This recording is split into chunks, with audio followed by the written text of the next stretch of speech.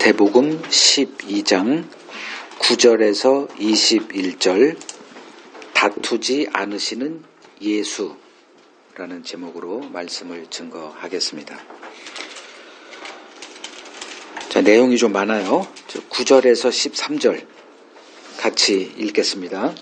거기에서 떠나 그들의 회당에 들어가시니 한쪽 손 마른 사람이 있는지라 사람들이 예수를 고발하려 하여 물어 이르되 안식일에 병 고치는 것이 옳으니까 예수께서 이르시되 너희 중에 어떤 사람이 양 한 마리가 있어 안식일에 구덩이에 빠졌으면 끌어내지 않겠느냐?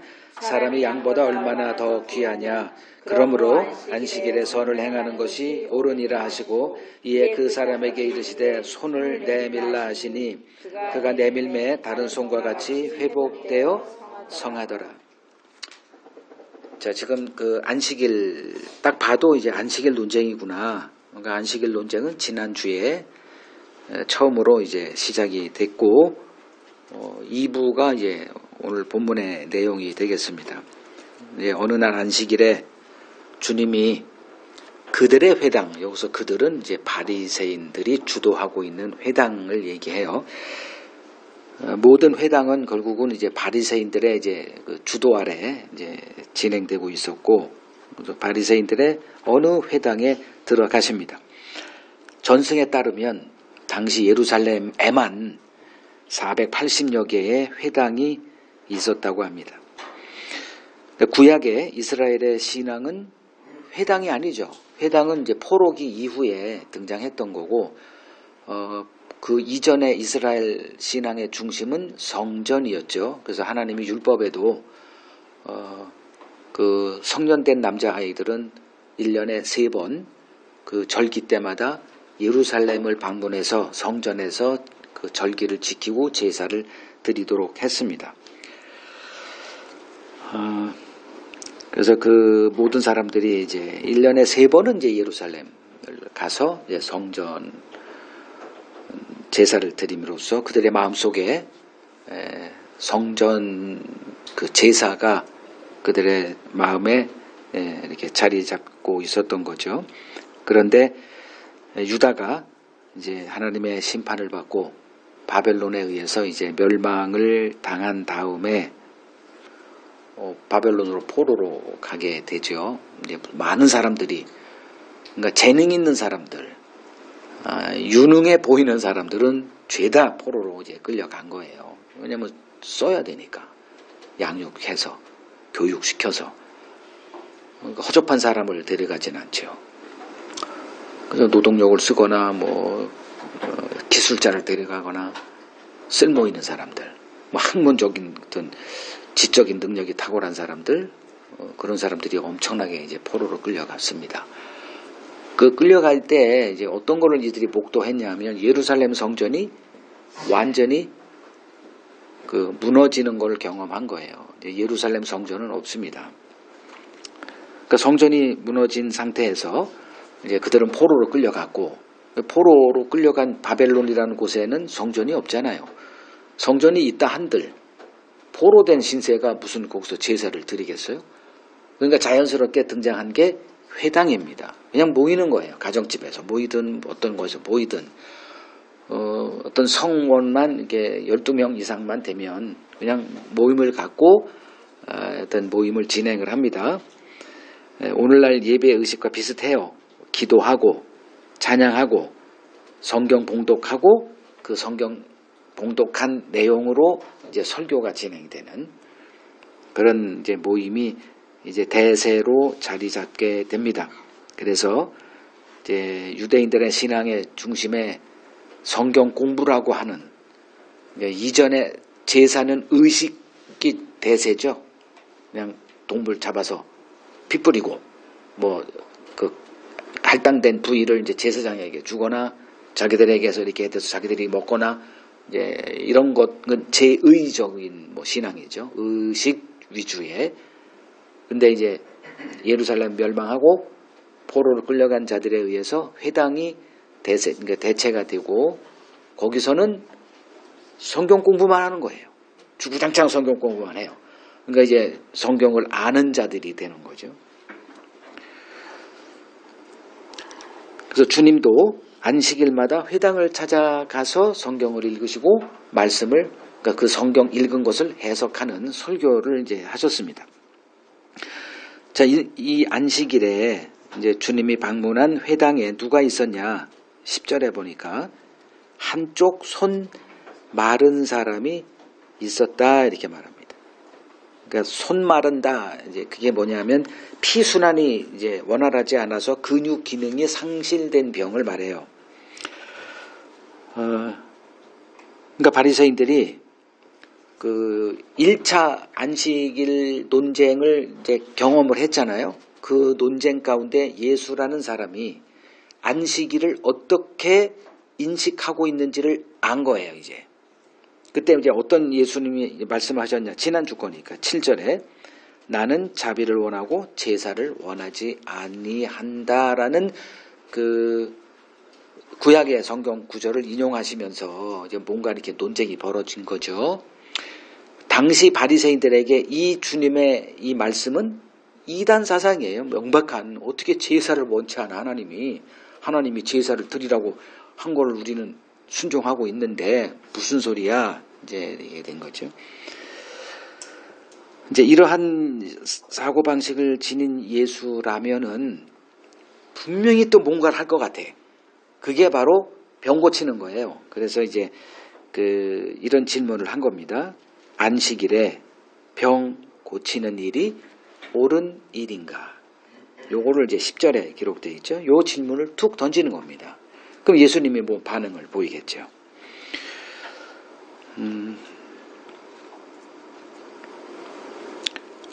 자, 이들이 이제 던진 질문에 요런 게 담겨 있는 거예요.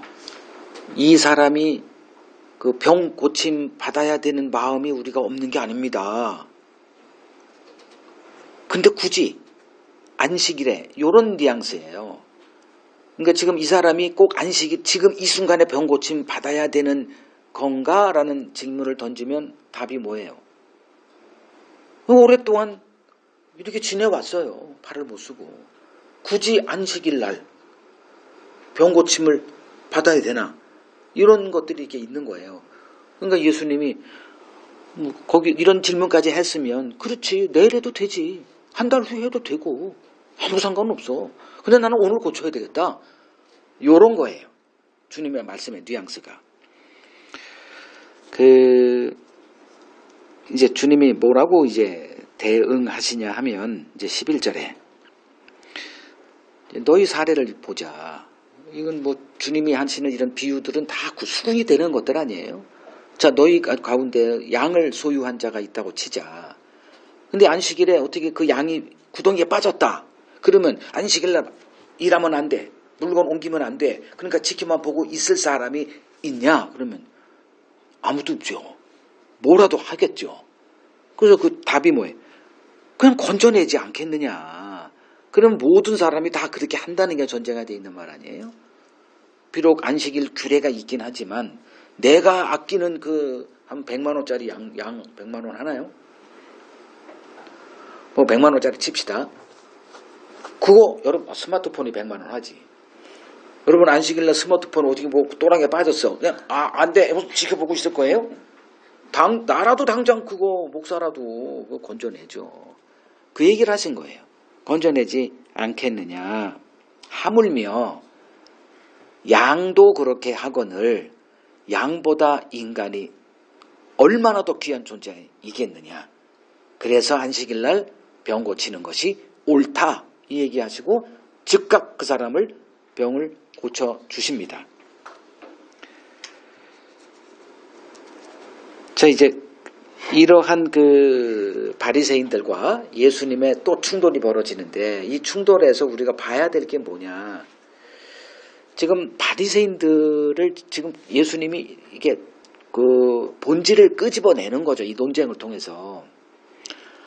계속 예수님은 논쟁을 하십니다. 오늘 얘기가 뒤에 나와요. 논쟁을 계속 이렇게 끄집어내세요. 끄집어내시는 이유는 논쟁을 통해서 뭘 하시겠는 거냐 하면 그냥 싸우러 오신 분이 아니고 그 논쟁을 통해서 우리들의 사고, 그러니까 깊숙이 숨겨져 있는 사고적인 그 본질, 그걸 보통 이제 그 사고 방식이라고 그러죠. 그거를 끄집어내는 거예요. 논쟁이라는 게 그런 겁니다. 어떤 우리 그 정치인들도 논객들이 나와서 이렇게 정치 논쟁을 하잖아요. 그걸 가만히 듣다 보면 결국은 뭐 안에 그들의 사상이 드러나요. 뭐 진보가 됐든 보수가 됐든 그 본질이 등장을 해가지고 그 본질이 충돌하는 거거든요. 그러면 지금 예수님이 그들의 드러내기를 원했던 바리새인들의 그 본질은 뭐냐면 그들은 어떤 사람들이에요? 평생 성경 연구에 헌신했던 자들입니다. 그들의 머릿속에는 율법으로 가득해요. 그냥 걸어다니는 성경 사전이에요. 그래서 지금 그들은 뭘 알고 있어요? 안식일에는 일하면 안 돼. 그 일 가운데는 이렇게 중한 병 아닌 것, 무슨 갑자기 심장마비가 걸렸다. 그거는 들고 뛰어. 그건 괜찮아요. 그러나 이런 병들은 안 돼요, 이건. 왜냐면 내일 고쳐도 되는데 굳이 이렇게 되는 거예요. 그래서 그 사고방식이 어떤 건지를 주님이 이제 끄집어내는 거죠. 그럼 바리새인들은 지식을 많이 갖고 있어요. 나쁜 거예요? 좋은 거예요? 좋은 거죠, 그건. 우리도 지금 성경을 지식을 쌓아가고 있는 거 아니에요? 근데 지식을 많이 갖게 되면 가는 길이 이 바리새인들이더라 이거예요. 그럼 이들의 지금 그 사고 방식은 뭐냐면 모든 것을 다 뭐로 바라보더라? 법으로 보더라. 그래서 여러분들이 이제 이 법을 얘기하는 사람들, 헌법 정신을 얘기한다거나 뭐 법대로 합시다. 이런 사람들을 만나면 죽을 각오 하십시오. 왜냐하면 법대로 하는 사람들의 전형적인 모습이 바리새인이라 보시면 돼요. 법 얘기합니다. 헌법 정신을 얘기해요. 법대로 합시다. 이렇게. 그러면 지금 이 성경에 정통한 바리새인들은 뭐에 관점을 두고 살아가느냐 하면 뭐 어떤 사람을 바라볼 때 그 판단 기준이 뭐냐 하면 성경대로 사느냐 안 사느냐. 이게 법이에요. 법대로 하는. 법 아래 신앙이 그거예요. 그거대로 하느냐 안 하느냐. 그러니까 원칙주의자, 뭐 경건주의자들이 대부분 이런 모습들입니다. 자, 오늘날 변호사, 검사, 정치인, 뭐 또 지식에 뒤지지 않는 또 의사, 그리고 또 한 부류 목사, 모두가 다 지식으로 사는 사람들이에요. 엄청나게 공부들을 하죠. 자, 인간 지식의 본질이 뭘까요?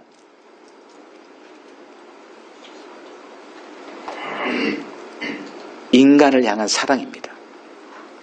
법은 누구를 위해 존재해요? 약자를 위해서 존재합니다. 약자가 없으면 법이 있을 필요가 없어요. 법은 약자 대신에 존재하는 거예요. 강자가 워낙 다 쓸어 먹으니까. 양육강식의 세상에서 법이 등장한 거는 약자 보호입니다. 세상 어느 법도 다 마찬가지예요. 그런데 이제 그 법을 알고 있는 사람들이 뭘 하더라? 법 기술을 부리더라 이거죠. 그래서 죄인도 무죄인으로, 의인으로 이렇게 만드는 게 법 기술자들이 하는 거예요. 그러니까 죄 아닌 자도 죄인으로 만드는 게 법 기술자들이에요. 이게 법의 한계예요. 그래서 돈 많은 사람들은 뭐 하죠? 그 법 기술이 장착이 잘 돼 있는 로펌, 어서 뭐 우리나라 로펌 뭐 요새 많이 뜨는 사람들이 있죠.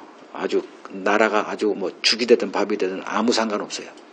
그들은 그냥 돈 수익이 뭐 어느 정도 이렇게 뭐 10억이냐 100억이냐에 따라서 뭐 자기들의 법 기술을 아주 화려하게 활용을 합니다. 죽은 자도 살리는 자들이에요. 없는 죄도 만들어내고 있는 죄도 없게 만들고 그게 법정에서 벌어진 일이에요.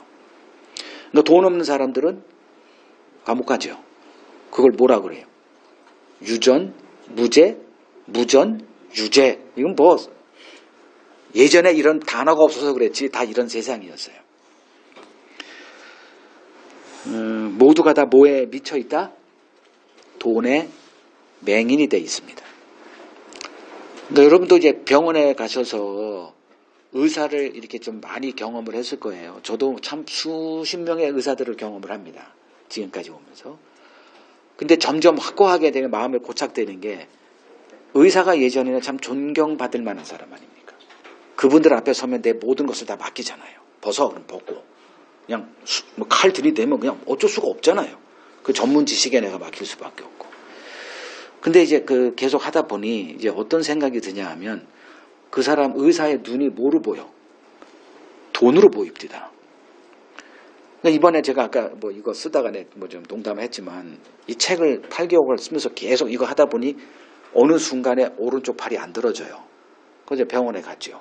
그랬더니 이제 거기에 있는 센터장이 그분이 혹시나 제 설교 듣지는 않겠지. 그분이 뭐 이렇게 설명을 한참 하더니 50견 아니래. 50견 아닙니까? 그러더니 난 좋은 건 줄 알았더니 그랬더니 그게 아니라 인대가 끊어져 보이는 거래. 이렇게 막 돌리고 뭐 하더니 내가 확신하건대 이건 50견이 아니래요. 처음에는 좋은 줄 알았지. 그게 아니라 더 나쁜 얘기를 하더라고요. 인대가 끊어진 것 같다. 인대가 끊어지면 뭐예요? 그건 이제 수술 들어가는 거거든요. 그러니까 수술하기 전에 반드시 하는 게 있습니다. MRI를 찍으십시오. 그래야 정확한 진단이 있고 그거에 따라 수술을 할지 안 할지도 또 어떤 수술을 할지가 드러나니까 그거 하십시오. 그리고 가격을 얘기를 해요. 56만 원입니다. 그러니까 이제 보통 여러분 같으면 어떻게 해요? 저도 마찬가지지만 돈 없잖아요. 그럼 어떻게든 간에 이제 MRI를 안 찍는 거로 유도를 합니다, 제가. 그러니까 이제 그분이 하는 말이 안 죽어요. 그렇게 살아도 안 죽어요. 이 얘기는 받으라는 얘기 아닙니까? 그래서 결국은 설득당해서 그날 바로 아무 생각도 없이 엑스레이만 찍고 확인하러 갔다가 MRI에 들어가는 내 자신을 보면서 의사들도 역시 왜냐하면 MRI가 굉장히 비싼 거예요. 그러니까 경영하려면 그걸 돌려야 됩니다. 다 알아요, 저도. 그 예전에는 의사의 말에 무조건 난 순종한다. 지금은 의사는 절대로 만나서는 안 될 종족 중에 하나. 그래서 제가 읽은 책 중에 하나가 암 걸리지 않으려면 뭐하라? 의사를 만나지 마라. 의사를 만나면 반드시 암은 걸리게 돼 있다. 그리고 의사의 말을 절대 순종하지 마라. 처음에는 그걸 의사가 썼어요. 그래서 그 말을 이제 한참 생각하다가 요새 내가 하는 설교가 그거잖아요. 절대 교회 가지 마라. 교회 갔다가는 교회 뒷문이 지옥이더라. 절대 목사들의 말 믿지 마라. 목사들이 하는 말 거꾸로 하면 구원의 길이 있더라. 내가 그런 말을 하는데 내가 너무 순진하게 전문가의 영역은 순종하는 영역이다. 그러니까 의사가 하는 말에 순종하십시오. 나도 그리고 살았거든요. 근데 어느 순간에 그의 말에 수긍이 돼요. 암 걸리지 않으려면 병원에 가지 않으면 암은 안 걸리는구나. 그리고 이제 뭐 좀 복잡한 얘기가 있는데 그거 하려고 하는 건 아니니까. 그러니까 의사도 환자를 뭐로 보더라? 돈으로 봅니다. 이건 피할 길이 없어요. 왜냐하면 경영을 해야 되니까. 그건 내가 충분히 이해돼요. 그러면 정치인들은 사람을 뭐로 볼까요? 표로 봅니다. 표를 얻기 위해서 뭐 해요? 미운 원수도 손잡고 이런 거 잘하더라고. 그리고 이제 온갖 자기 마음에도 없는 거를 막 쏟아내죠. 그래서 분별해야 돼요. 목사는 나는 여러분들을 뭐로 볼까요? 여기서는 11조를 지금 안 하니까 양으로 본다고? 뜯어먹는 고기, 양고기? 나 양고기 별로 안 좋아해요. 이건 농담이고. 목사들은 거의 대부분이 그렇습니다. 아닌 척해도 인간이 안 그래요. 근데 여러분들은 목사 세계를 몰라요. 왜 하나님이 목사가 될 수 없는 나를 목사 되게 하셨을까? 이건 기적 중의 기적인데 목사 세계를 보라고. 그렇지 않고서는 이 성경이 이해가 안 돼요. 목사는 여러분들을 볼 때 11조로 봅니다. 11조가 한 달 1년이면 얼마인 줄 아세요? 평균 연봉이 어떻게 돼요? 뭐 한 3천? 그러면 한 달에 얼마로 보일까요? 한 300으로 봐요. 그 사람이 부목사가 신방을 갔는데 엄한 소리 해가지고 상처 나가지고 떠난다? 그 부목사는 월급 안 줘요. 그러니까 부목사도 자기가 이제 정당한 얘기를 한 거예요. 근데 상처를 받고 삐져가지고 안 나가겠다 하면은 이제 담임 목사 부르는 거거든요. 그럼 담임 목사가 가가지고 이제 막 그냥 우유 먹이고 죽 먹이고 해가지고 살려내서 다시 교회 와서 11조 내게 만들어요. 그럼 부목사는 풀이 퍽 죽어가지고 내가 하나님께 부름받았나 담임 목사한테 부름받았나. 그럼 담임 목사는 부목사 이렇게 채용할 때 어떻게 하는 줄 알아요? 부목사는 하나님을 섬기는 자입니까? 담임 목사를 섬기는 자입니까? 이거 물어요. 그러면 그때 멘붕이 와요. 뭐지? 같은 거 아니야? 같은 거예요? 다른 거예요? 다르죠. 그 세계 알아요? 모르죠? 이거 처음 듣는 거죠, 또. 목사니까 이런 소리 하지. 그러니까 아까 제가 인용했던 암 걸리지 않는 유일한 방법은 의사 만나지 않는 거다. 그 사람이 누구였다 그랬어요? 의사였어요. 그것도 암 전문 의사였어요. 너무 많은 사람 제 말 들으면 또 괴변이다 하겠지만 목사 대본이 목사들의 세계를 알겠더라고요. 나도 똑같더라고. 그래서 나도 여기를 보면 뭐로 봐? 거기를 보면 뭐로 봐?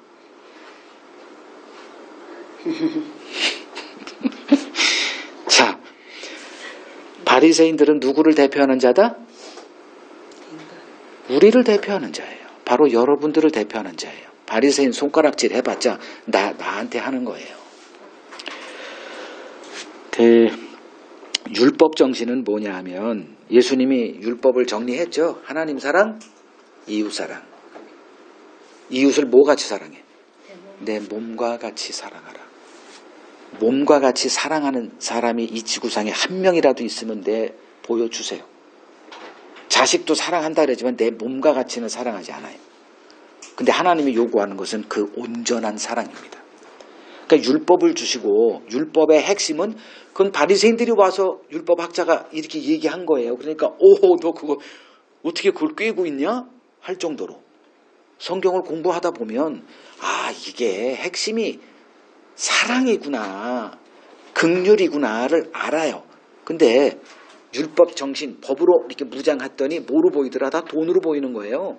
구약의 선지자들, 거짓 선지자들, 제사장들 하는 걸 보세요. 다 돈으로, 재물만. 그 스님들도 뭐에 관심 없고 뭐에 관심 있더라? 제밥에만 관심 있다 그러죠. 그러니까 율법 정신은 이웃에 대한 사랑, 긍휼입니다. 그런데 이 성경 박사들, 율법에 정통했다라고 하는 이 바리새인들에게서 보이는 거는 뭐밖에 없어요? 율법 정신은 온데갔다 없고 율법의 표면적인 조항들만 있어요. 그래서 안식일 날 밀밭에 가면서 이삭을 주워 먹은 자들을 향해서 안식일을 범했다 이렇게 되잖아요. 그러면 이것들이 뭐예요? 살리는 겁니까? 죽이는 겁니까? 죽이는 일만 하는 거예요. 정작 율법은 우리를 살리기 위해서 주어졌는데 그게 정신이에요. 근데 우리는 그걸 못 보니까 결국은 율법이 죄를 깨닫게 하는 도구로 하나님이 주셨다라는 결론이 나올 수밖에 없는 거고요. 그러니까 우리는 이제 그 율법을 어떻게 사용하고 있느냐? 요한복음 8장 빨리 갑시다. 요한복음 8장 3절. 그러니까 서기관과 바리새인들, 율법의 박사들 아니에요? 그들이 음행 중에 잡힌 여자를 예수에게 끌고 왔어요. 그리고 세워놓고 예수에게 질문하죠. 이 여자가 가늠하다 현장에서 잡혔습니다. 5절. 율법에는 이런 여자를 돌로 쳐 죽이라고 명했습니다. 당신은 어떻게 이 율법을 적용하실 겁니까? 라고 묻죠. 자, 이들이 다 뭐 하는 사람들이다? 법 아래서 신앙생활하는 사람들. 이렇게 돼요. 법 아래에 있으면. 성경대로 삽시다. 그게 이런 거예요. 주님의 말씀을 따라서 삽시다. 무슨 말인지는 알고나 하라는 거예요. 지금 이 여인은 이게 희생양이거든. 예수를 잡아하고자 일부러 어떤 이 여자에게 이렇게 몸을 팔게 했던 것 같아요. 그러니까 이 여자가 걸려든 거죠. 그러니까 그 장면을 급습해가지고 여자 잡아와가지고 예수에게, 그러니까 이들의 목적은 이 여자 뭐 창피를 주는 거 이게 아니에요. 예수를 죽이고자 하는 거거든요. 그래서 희생양으로 잡혀온 거예요. 근데 지금 날 가지고 도마에 올려놓고 죽이냐, 껍데기 벗기냐, 가죽을 벗기냐 이러고 있는 거예요 지금. 그럼 이 여인은 이 율법을 어떻게 해석을 할까요? 어떻게 다가올까 율법이? 나를 죽이는 아주 칼로 이게 느끼는 거 아니겠어요? 율법은 뭐라 그랬어요? 이웃사랑, 긍휼. 근데 이것을 받아가지고 지금 이 잡아한 여자, 그 가련한 여자 세워놓고 죽이냐 마냐 이걸 하고 있어요 지금. 그 성도들을 보고 11조로 보거나 이런 사람들이 다 똑같은 거 아니겠어요? 사랑, 인간 애가 없어요. 여러분들 정치를 볼 때요. 정체는 뭐 하는 겁니까? 사람을 살리는 거 아니에요. 힘을 위임을 했으면 그 힘을 가지고 약자 보호하라는 게 정치인들이 해야 될 일들인데 그냥 법 기술자들이 다 그 법만 얘기하는 거예요. 했냐 안 했냐? 그때 너 그거 하지 않았냐? 그 법 위에 도마 위에 올려놓고 그냥 재단을 해요.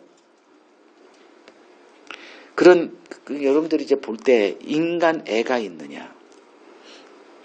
저는 이제 예수의 사랑을 증거하기 때문에 저는 여러분들을 사랑하지 않습니다. 이렇게 얘기하는 거고. 그렇다고 제가 인간 애가 없는 죽은 뭐 껍데기 뭐 그런 걸 얘기하는 게 아니죠. 우리들은 어떻게 살고 있느냐? 제가 선언합니다. 말과 행동으로 아주 사람들을 상처내고 아주 그건 뭐라 그러지? 아주 죽이고 살고 있더라. 잘 양심의 손을 얹고 한번 생각해 보세요. 우리들의 언어와 눈빛, 행동 거지가 얼마나 사람들을 상처를 주고 죽이고 있는지를 한번 보라는 거예요. 나는 아니지. 에이, 남들이 다 보고 있어.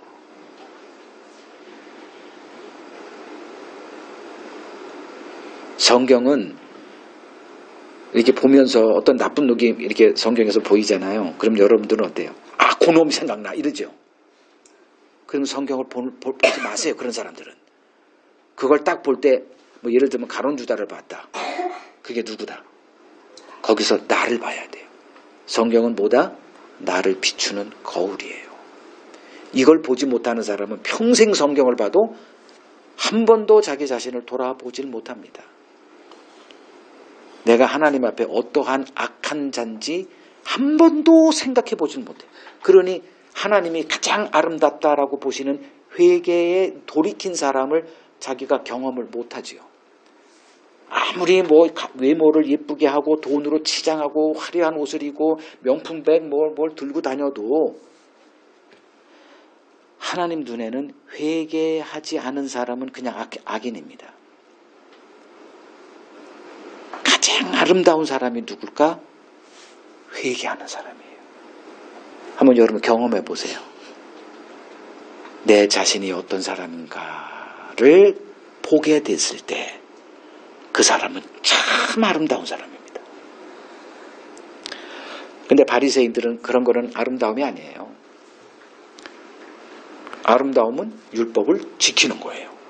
경건한 사람. 이게 그들에게 아름다움이에요. 하나님이 그 아름다움의 그 기준을 다 박살을 내버리는 거죠. 창세기 9장 보죠.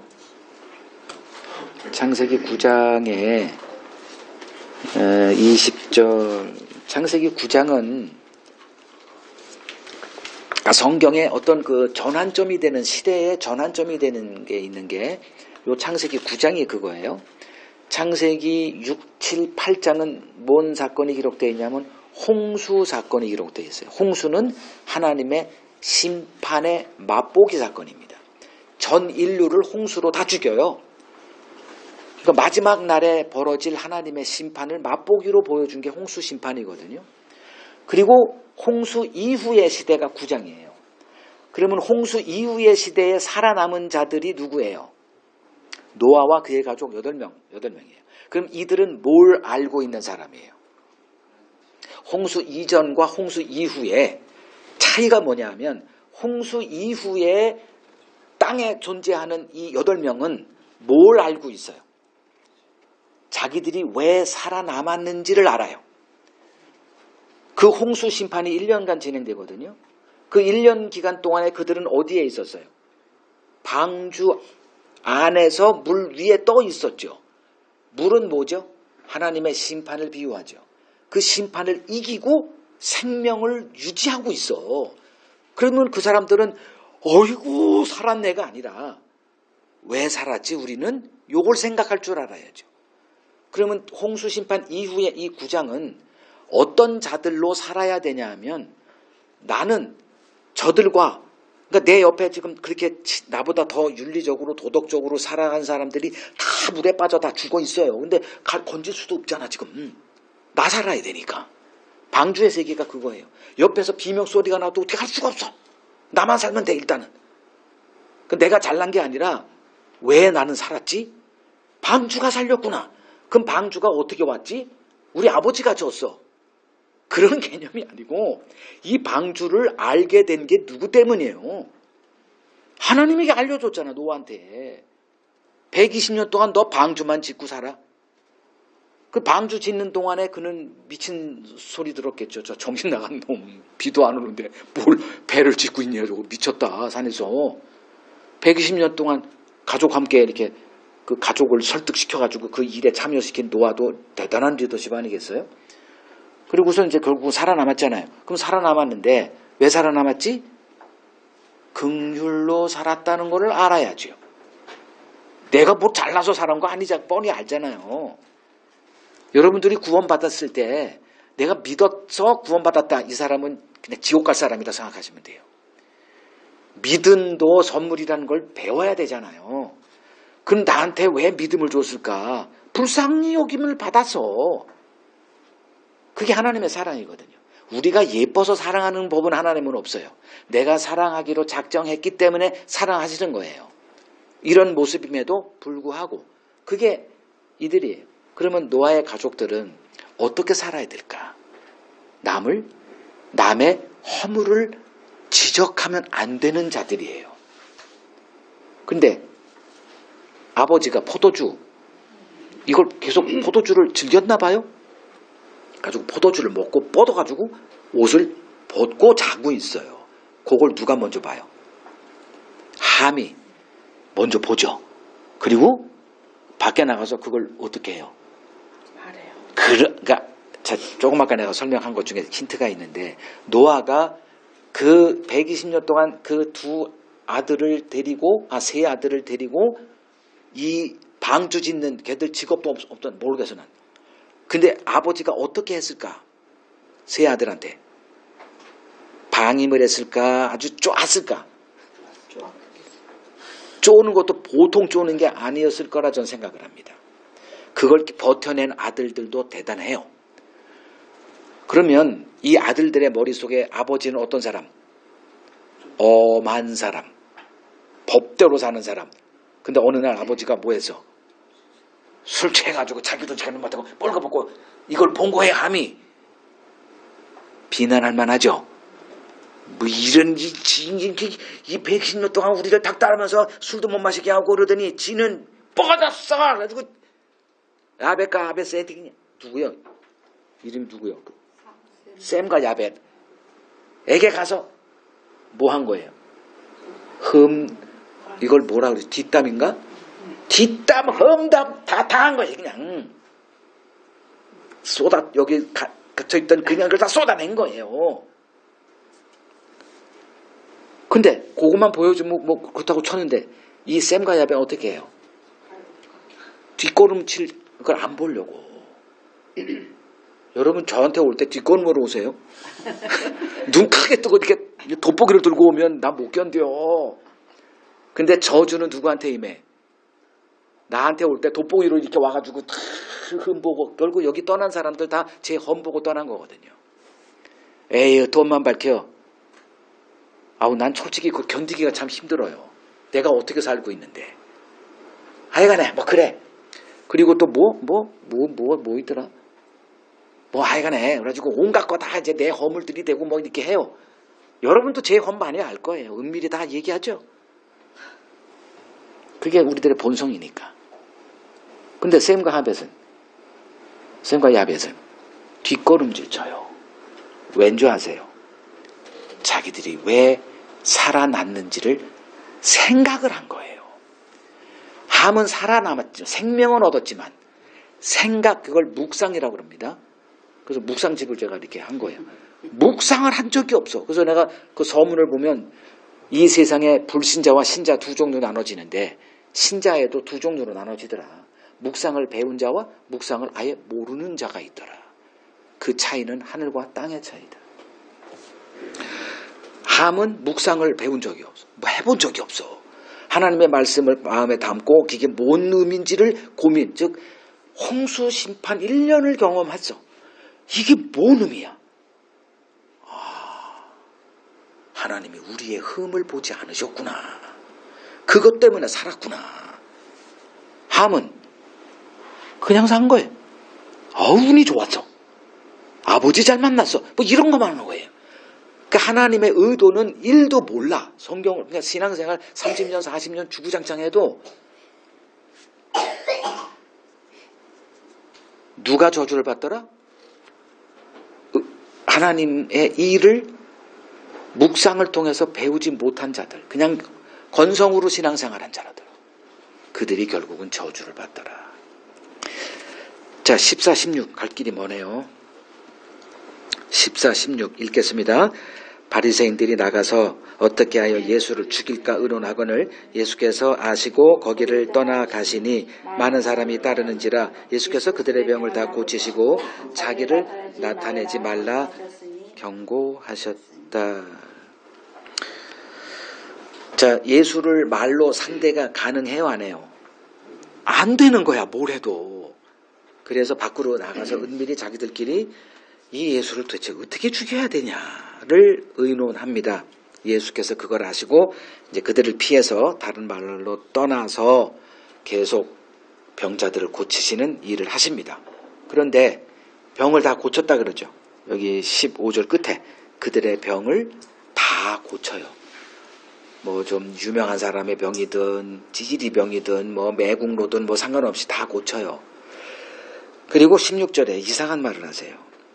자기를 나타내지 말라 하십니다.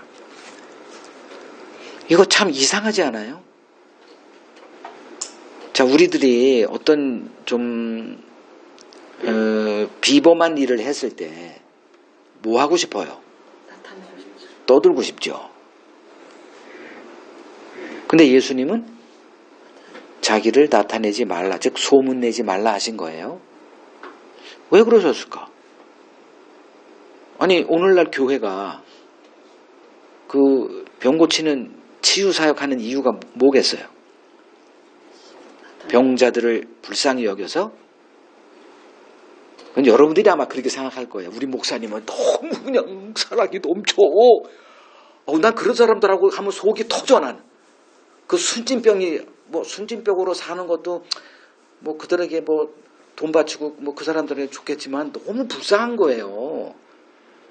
하나 이 영웅들이 많아. 그리고 뭐 BTS를 아주 그냥 사랑해서 밤만 되면 BTS 이렇게 하는 그런 사람도 의외로 많아요. 뭐 혹시 뭐 그런 사람 아니에요, 여기 또? 뭐 손살이 하지 말고. 의외로 이때니까 나이가 60이 됐는데도 BTS를 좋아해요. 그래서 돌았나 정말. 그 말은 못 하겠고 평생 휘둘리고 살겠다.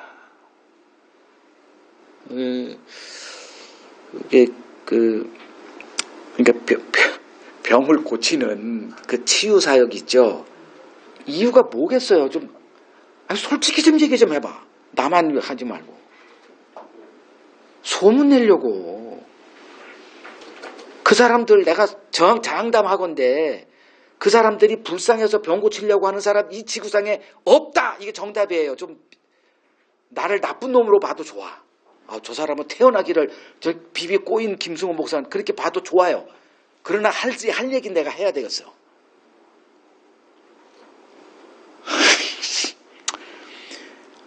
뭐 있다라고 하면 나 그렇게 믿고 사세요. 자, 왜 그걸 하려고 하느냐? 소문 내려고. 죽은 사람 하나 고치기를 원해요, 목사들이. 그래서 기도원에 가거나 아니면 저 신사동 운동 알죠? 저 미국 가가지고 유명하다는 사람 안수기도 받아가지고 그 임파테이션을 가지고 은사를 받아가지고 또 다리를 길게 하는 은사, 뭔 은사 뭐 이런 걸 받아오거든요. 그래서 별 희한한 거 다 고친데 그게 다 여기서 지금 흉내내는 거거든요. 그거 고치면 어떻게 될까? 만약에 죽은 자를 살렸다. 소문나죠. 부산에서도 올라올 것이고 비행기 타고 미국에서도 올 것이고 그런 일들이 벌어지죠. 그럼 뭐가 생겨? 목사의 노후가 펼쳐지죠. 황제 같은 삶이 됩니다. 왜 그걸 계산을 못할까? 왜 그걸 눈치채지 못할까? 이 순진병에 걸린 자들아. 그러니 갖다 바치죠. 이렇게까지 얘기해도 못 알아들으면 할 수 없다고 난 생각합니다. 진짜. 그런데 주님은 어떻게 해요? 내 소문 내지 마예요. 이유는 뭘까요? 왜 나를 드러내지 말라고 하셨을까? 이제 답을 낼 수 있죠? 그런 소문이 퍼지면 사람들에게 예수는 어떤 자로 인식이 될까봐 알라딘의 요술램프의 지니로 인식될까봐. 지니는 어떤 자예요? 비벼대니까 탁 튀어나와가지고 주인님 3가지 소원 말씀하세요. 하나만이라도 들어주겠다는 지니가 나왔으면 좋겠다. 3개를 들어준대. 그런 그리스도로 인식될까봐 예수님은 뭐하러 오셨다? 우리를 저들의 죄에서 구원하시기 위해서. 근데 오늘날은 뭐로 구원한다? 불행에서 건지는 예수로 전락되어 있어요. 이것만큼 그 사탄의 그 말이죠. 이것보다 거짓말은 없어요.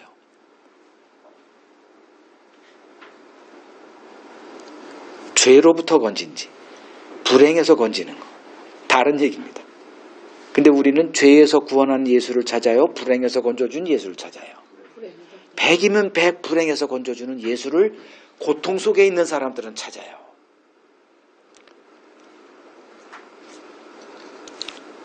그래서 속지 말아야 된다. 17, 18절 읽습니다. 이는 선지자 이사야를 통하여 말씀하신 바 보라 내가 택한 종 곧 내 마음에 기뻐하는 바 내가 사랑하는 자로다. 내가 내 영을 그에게 줄 터이니 그가 심판을 이방에 알게 하리라. 자 18절 보세요. 내가 내 영을 그에게 주겠다. 여기서 택한 종은 그리스도를 이야기하죠.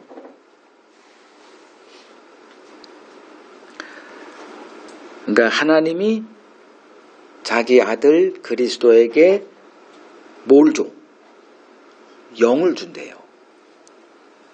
그러니까 성령을 부어준다. 그 이유는 뭐예요? 그렇게 하지 않으면 뭐가 안 돼. 근데 영을 받아야 뭐가 돼? 심판을 이방에 알게 하는 일이 벌어져요. 자, 요거 잘 이제 보세요. 그러니까 성경으로 제가 여러분들을 이끄는 이유는 하도 왜곡된 이 신앙 지식이 이렇게 있어가지고 그러니까 교회 가면 성령 받으라는 것은 이제 상식이 됐죠. 그냥 모이기만 하면 뭘 위해서 기도합니까? 성령 다 받은 자들이 다 간주하고 이제 받았으니 이제 앵꼬가 났으니 뭐 해?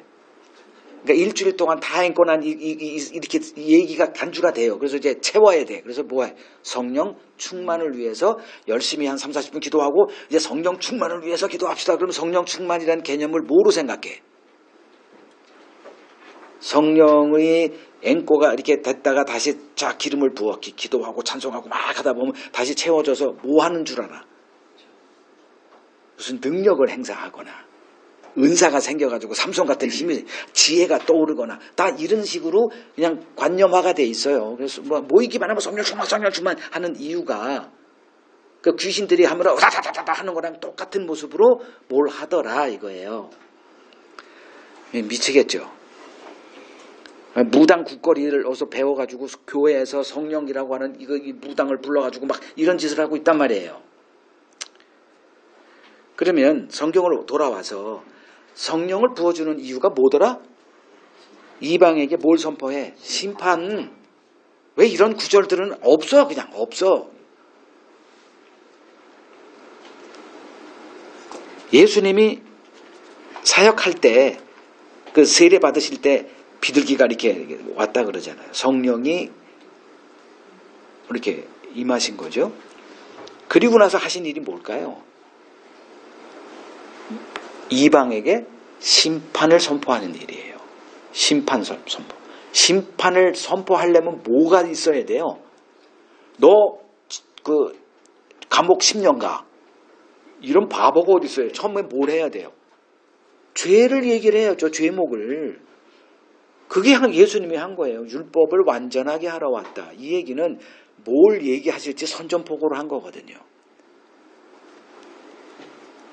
율법으로 사정없이 그들의 죄악을 끄집어내는 일을 한 거예요. 근데 유대인들은 율법을 뭐로 사용했어요?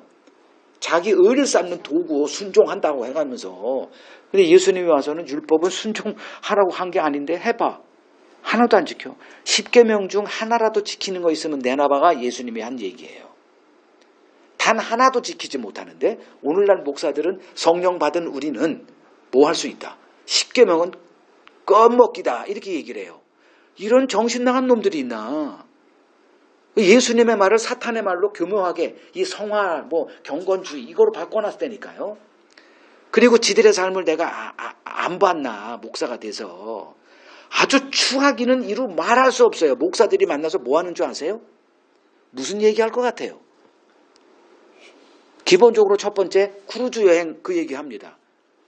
예를 들어요. 목사들이 나는 다행히 하나님이 외국 가가지고 하라 그래가지고 동기가 없어. 동기가 있었으면 저도 노는 거 되게 좋아합니다. 좀 놀러 갑시다 우리도 좀. 되게 놀러 가는 거 좋아해요. 그럼 목사들이 만나가지고 이런 끼가 발동되는 목사가 항상 있어. 그 모임에 가면. 그럼 그 사람이 남들 다 가는 우리도 크루즈 한번 갑시다. 그러면 이제 뻔하죠. 이제 한 달에 얼마씩 그 개를 넣고 해가지고 이제 여자들이 또 크루즈? 노르웨이. 유럽 이래가지고 그거 해요. 그러면 이제 그 희망에 부풀어가지고 갑디다. 크루즈를. 그러면 또 뭔 얘기할까요? 세상을 사랑하지 말라고 얘기하면서 자기들은 뭐예요? 세상을 만끽하고 있다니까요. 성지순례 꼭 유럽을 껴요. 그리고서 볼 거 다 보고 성지순례 거룩한 여행 지랄들을 해라 정말. 미안합니다. 또 뭐가 있어? 뭔 얘기하는지 몰라요? 뭔 얘기할까? 목회 기술을 서로 전수합니다. 이렇게 하면 1월 1일 송구영신 예배 때 헌금을 따따블로 받을 수 있는 방법을 얘기를 해요. 그걸 다 공유한다니까요. 그래서 똑같아지는 거예요. 서로가 같이 지식을 공유하기 때문에.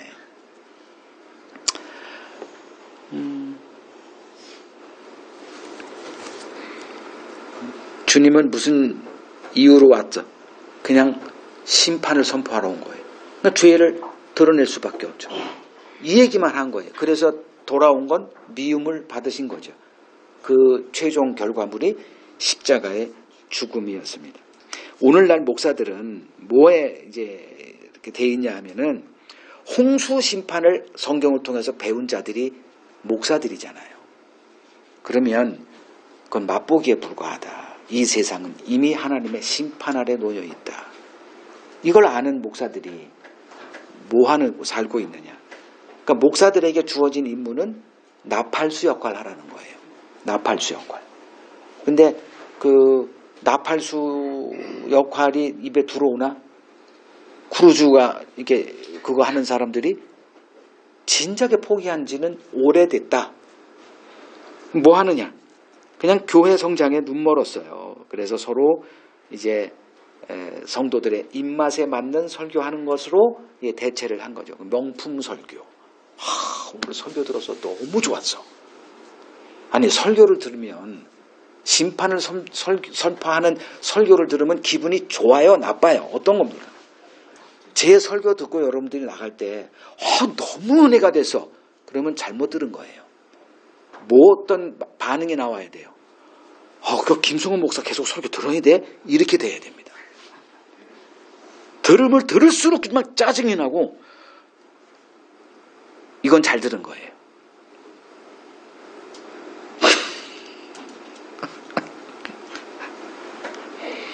예수가 그랬다니까. 그리고 예수의 뒤를 이어 복음을 전했던 사도들이 다 그 대우를 받았어요. 구약의 선지자들은 말할 것도 없고. 그럼 오늘날 목사들은 성도들과 함께 세상 잔치를 벌이고 있어요. 이 말씀이라는 것을 빙자해서.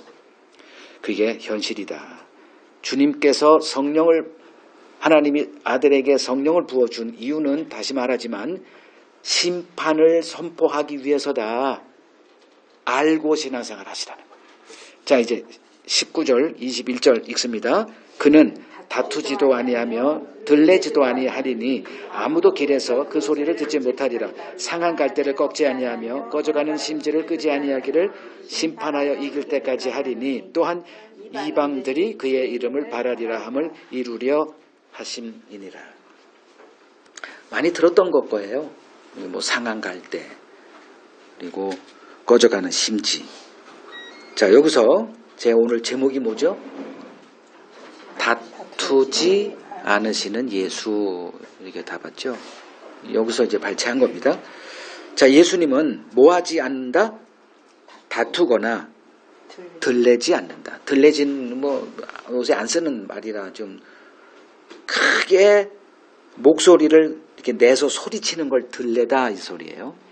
그러니까 예수는 다투러 왔다 그랬죠, 제가. 예수님의 삶을 보면 논쟁으로 이렇게 했습니다.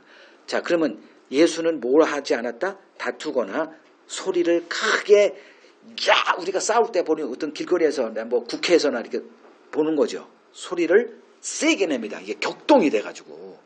그럼 예수님은 이러지 않았다고 하니 예수님의 논쟁은 어떤 논쟁이었을까 한번 생각해 보세요. 막 멱살 잡고 막 이런 논쟁은 하신 적이 한 번도 없어요. 예수님의 논쟁은 어떤 논쟁이에요? 진짜 논쟁이었어요. 치열한 이론과 지식의 전달, 거기서 또 되받아치고 하는 진짜 논쟁이 예수님의 논쟁이에요. 그거를 저는 차분한 논쟁이다. 거기에는 큰 소리 낼 필요가 없어요. 그냥 차분한 논쟁을 한 거예요. 예수님은 크게, 그러니까 들레지 않았다. 지금 예수님은 이렇게 보시면 돼요. 바리새인들을 향해서 예수님이 좀 정신줄을 놨다면 어떻게 반응을 보여야 맞아요? 아니, 예수는 지금 그 바리새인들은 밖에 나가서 자기를 죽이고자 하는 모의를 하고 있는데 예수님은 그걸 아셨다 그러잖아요. 그럼 어떤 반응을 보여야 됩니까? 먼저 선제 공격해야죠. 공격이 최선의 방어라 그러잖아요.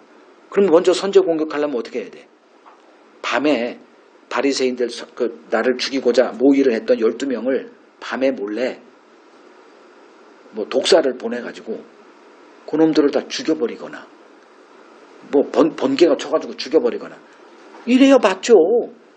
전략상 쟤들이 나를 전쟁을 선포했다? 그럼 나도 공격해야 되잖아요. 근데 예수님은 어떻게 했다? 그들과 맞서 싸우지 않으셨다. 요 표현이에요, 이게.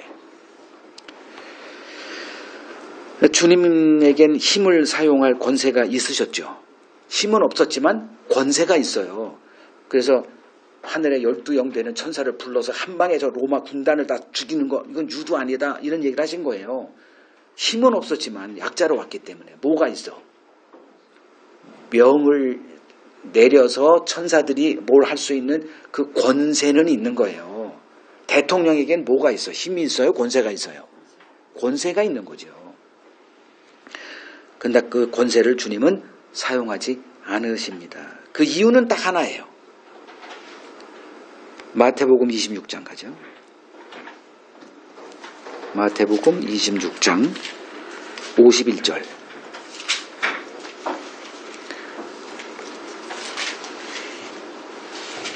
그 예수님이 이제 겟세마나에서 기도하고 계실 때 그 가룟 유다가 이제 군대를 이끌고 예수를 잡으러 왔잖아요. 그때 이제 예수님이 이제 어떻게 반응을 했느냐가 요 내용인데, 그 예수와 함께 있었던 자 중에 하나 51절에 칼을 빼서 대제사장의 종 뭐 이름도 말고라고 써 있으니까 그 귀를 쳤는데 귀가 잘라진 거예요. 그리고 예수님이 뭐라 그랬어? 칼을 도로 칼집에 꽂으라. 칼 가지는 자는 칼로 망한다. 그래놓고 53절 너는 내가 내 아버지께 구하여 지금 12군단 더 되는 천사를 보내시게 할 수 없는 줄로 아니. 54절 같이 읽겠습니다. 내가 만일 그렇게 하면 이런 일이 있으리라 한 성경이 어떻게 이루어지겠느냐. 이런 일은 십자가를 얘기하죠. 내가 만약에 이렇게 권세를 사용한다면 이거죠. 근데 권세를 하나님이 하지 말라는 건 적은 없어요. 예수님에게 달린 거예요. 해도 되고 안 해도 돼요. 근데 아버지의 뜻을 이루기 위해서는 권세를 사용하면 안 되니까 안 하겠다예요.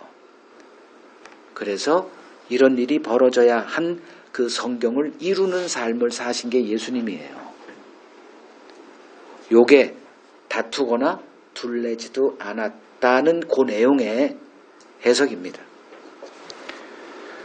주님은 지금도 우리를 이렇게 대하세요. 만약에 주님이 찾아와서 우리에게 다툼을 갖고 막 소리를 막 내고 역정을 냈다면 아마 여러분이나 저나 이 자리에 있을 사람은 하나도 없습니다. 그래서 요 본문의 요 구절에 19절 20절의 그 구절의 그 주제는 예수님의 오래 참으심입니다. 그분이 우리를 대하시는 거는 그냥 오래 참으시는 거예요. 몇 번까지냐?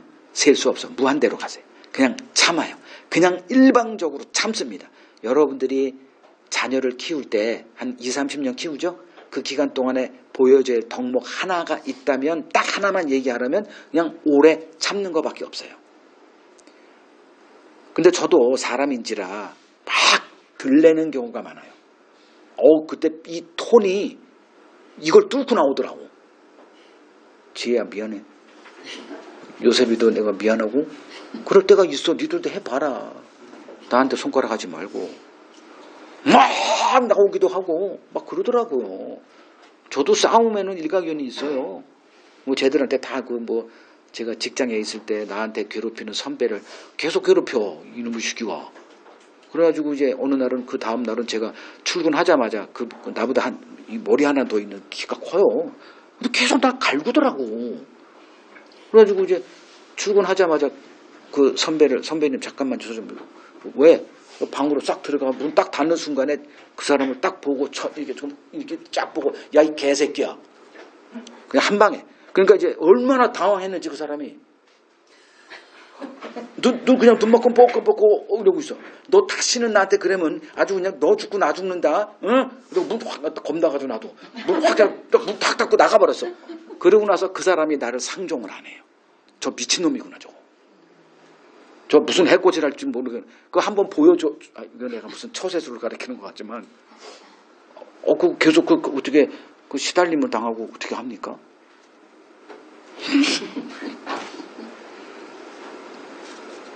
자, 주님은 이렇게 했을까 안 했을까? 안 해. 주님은 견뎌내더라고. 그냥 참아요. 그리고 어떤 모습으로 다가오냐? 유모와 같이. 이걸 사도 바울이 배운 거예요.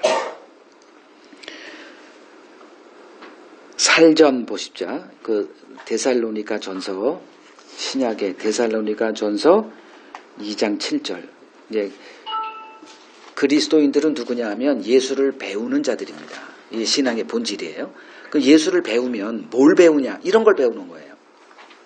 우리는 데살로니가 전서 2장 7절 우리는 그리스도의 사도로서 마땅히 권위, 권세를 주장할 수 있으나 도리어 너희 가운데서 유순한 자가 되어 유모가 자기 자녀를 기름과 같이 하였다. 그러니까 자기가 어떻게 너희들을 대했는지를 이렇게 고백하는 거죠.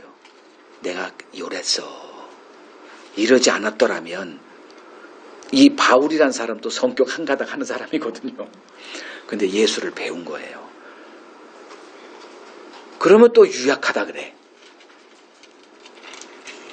뭘 저렇게 꼬리를 내리고. 뭐 사람은 비난하는 데는 일가견이 있는 거라. 자, 우리는 어떤 존재다? 상한 갈대와 같아요. 아무 짝에도 쓸모없습니다. 갈대가 상했다?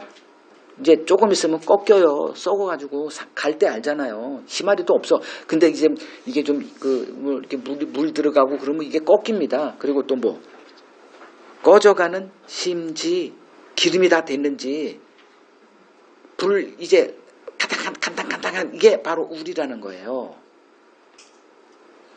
그래서 다투지 않고 들레지 않는 유모와 같이 유순한 자가 돼서 우리를 지금도 대하실 겁니다. 정상적으로 하면 그냥 몽댕이로 끝내! 이렇게 되겠죠. 우리 더 이상 관계하지 말자. 이게 우리들의 최후 무기 아니에요. 근데 예수님은 끝까지 우리를 뭐로 대한다? 유순한 유모와 같이 우리를 인내하시고 참으신다. 그것이 우리의 구원의 보증이더라. 이러한 예수를 이제 이방이라 이렇게 표현하죠. 21절에 이방인들이 그의 이름을 바라게 되는 일이 이제 벌어집니다. 우리가 지금 어떤 은혜를 입고 살아가고 있는지를 깊이 생각할 수 있어야 합니다. 신자는 나의 잘남이 아닌 그리스도의 은혜만을 자랑하는 자들입니다. 우리는 다투지 않으시고 들레지 않으신 예수를 마음에 품고 사는 자들이다. 요거를 오늘 가슴에 새기고 또 일주일 잘 버티시기를 소망합니다.